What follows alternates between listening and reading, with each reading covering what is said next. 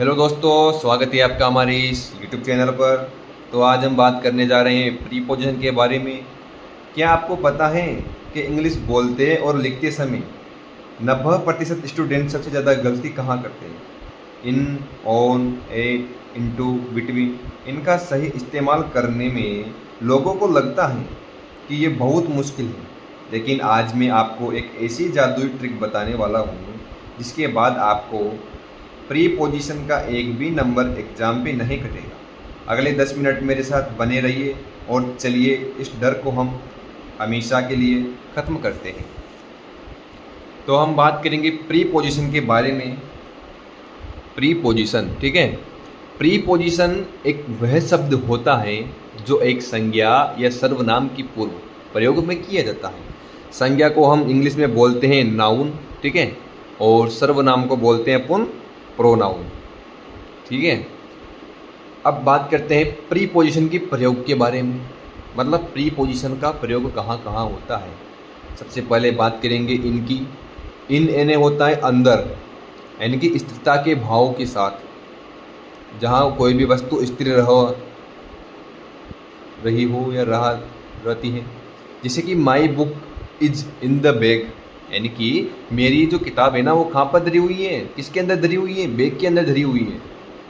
My book is in the bag, मेरी book bag के अंदर धरी हुई है। तो इसमें आ रहा है ना, इनका अर्थ होता है के अंदर में, ठीक है। तो इन्हें होता है अंदर, तो किसके अंदर धरी हुई है? बैग के अंदर।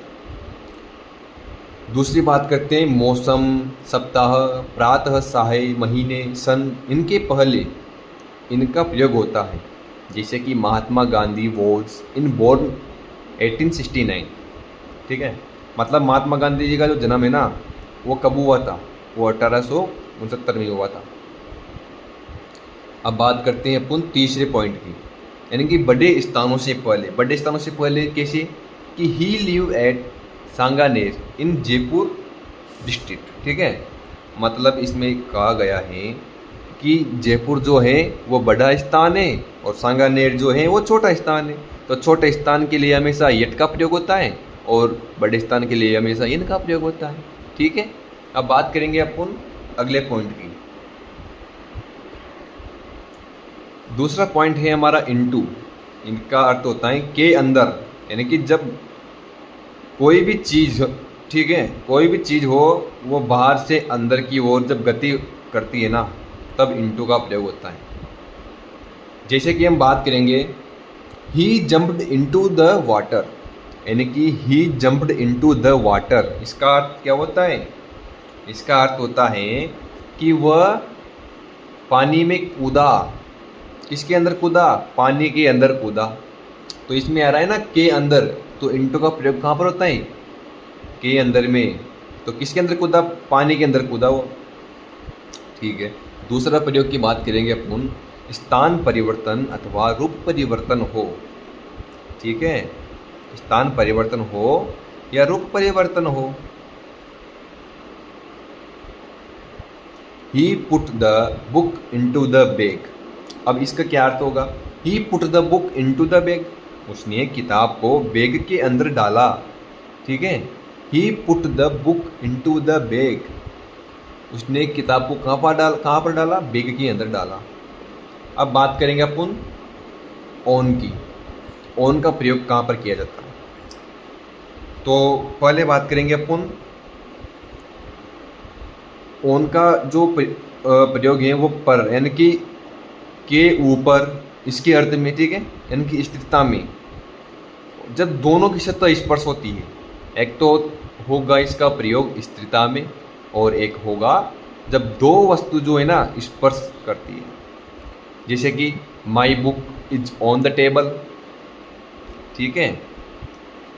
My book is on the table, मेरी जो किताब है ना वो कहाँ पर धरी हुई है? टेबल के ऊपर धरी हुई है, वही सब। तो इसका अर्थ हो गया ना के ऊपर, तो ऑन का प्रयोग भी वहाँ पर होएगा जहाँ पर के ऊपर अर्थ आ जाए, ठीक है। स्पर्श करती है, लेकिन जो किताब है ना वो टेबल पे तो धरी हुई है, लेकिन स्त्री भी तो कर रही है ना, स्पर्श भी तो सत्ता स्पर्श पर और स्थिरता अवस्था पर, ठीक है। अब बात करेंगे अपन दिनों के नाम से पहले तथा पैदल चलने के लिए। जैसे कि ही कम हियर ऑन मंडे, वो पैदल आया, नहीं वो सोमवार के दिन यहाँ आया था, पैदल आया, तो इसका अर्थ होगा he came on foot, he came on foot, वो पैदल आया। He come here on Monday, वह सोमवार के दिन आया था, वह सोमवार के दिन आया था, कम हियर यानी कि आया था, और ही कम ऑन फुट, वह पैदल आया। ठीक है, अब बात करेंगे अपन अबव की, यानी कि ऊपर से ऊंचा, अधिक आदि के रूप में भाई साहब अबव का प्रयोग किया जाता है। ठीक है, the sky is above our head, यानी कि ये बोलता है कि आसमान हमारे सिर के ऊपर है।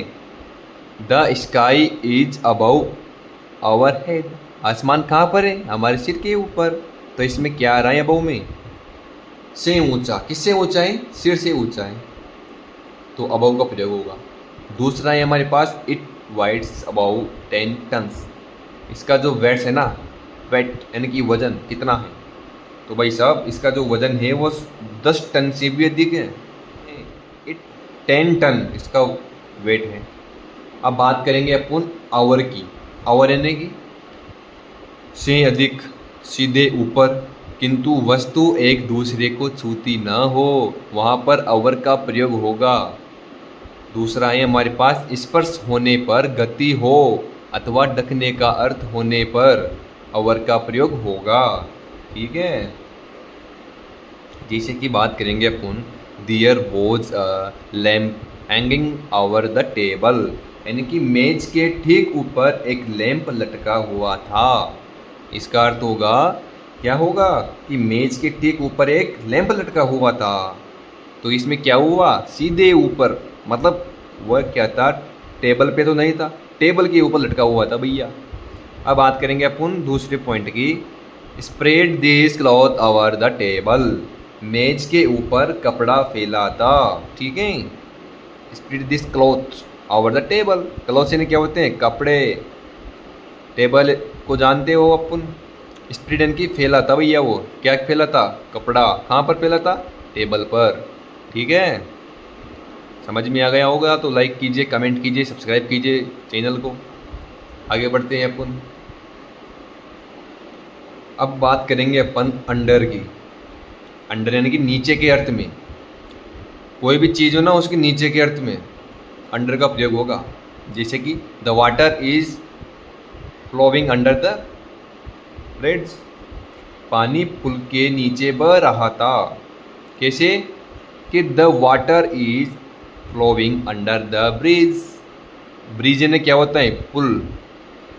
ठीक है, अंडर यानी कि समझ गए आप, नीचे के बात हो रही है अंडर में। वाटर को जानते होगे आप, पानी को, तो पानी जो है ना वो कहाँ पर बह रहा था? पुल के नीचे भाई सब।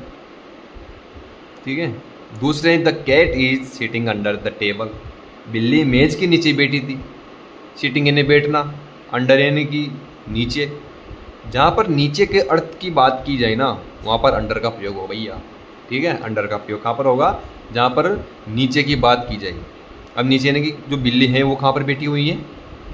टेबल के नीचे, तो अंडर आएगा ही आएगा।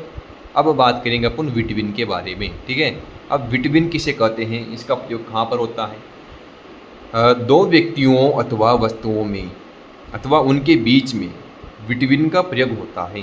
दो व्यक्ति हो और वस्तु में और उनके बीच में। ठीक है, जैसे कि distribute the pen between Sita and Bimla, यानी कि पेन को सीता व बिमला दो लोगों के बीच बांट दो। ठीक है, डिस्ट्रीब्यूट यानी होता है बांटना। अब हम बात करेंगे अमंग के बारे में। दो से अधिक व्यक्तियों अथवा वस्तुओं के बीच में अमंग का प्रयोग होता है। दो वस्तु, दो से अधिक, ठीक है, और व्यक्ति हो और वस्तु हो, कुछ भी हो, वहाँ पर अमंग का प्रयोग होता है। She come and distributes apples among 10 students, यानी कि वह आए और उसने 10 छात्रों से, दो से अधिक के बीच जो है सेब बांटे। ठीक है, जान गई। शी कम वह आई and distribute apples. Distribute apples यानी कि भाई साहब उसने क्या किया, अमंग 10 स्टूडेंट, 10 स्टूडेंट जो था ना, 10 स्टूडेंट्स वधिक वो कहीं से 2 से मतलब 10 को अधिक था और 200 अधिक के बीच से बांटे भाई साहब उनका ही एप्पल्स। ठीक है, तो ये आपकी हो गई प्रीपोजिशंस, यहाँ पर समाप्त। ठीक है, आज की क्लास यहाँ पर ही ख़त्म होती है। ठीक है, अगर आपको क्लास अच्छी लगी हो तो लाइक और कमेंट और सब्सक्राइब ज़रूर करें। वीडियो को सभी बच्चों के साथ शेयर करें ताकि वो भी प्रीपोजिशन के बारे को जान सकें। ठीक है, कल मिलते हैं फिर।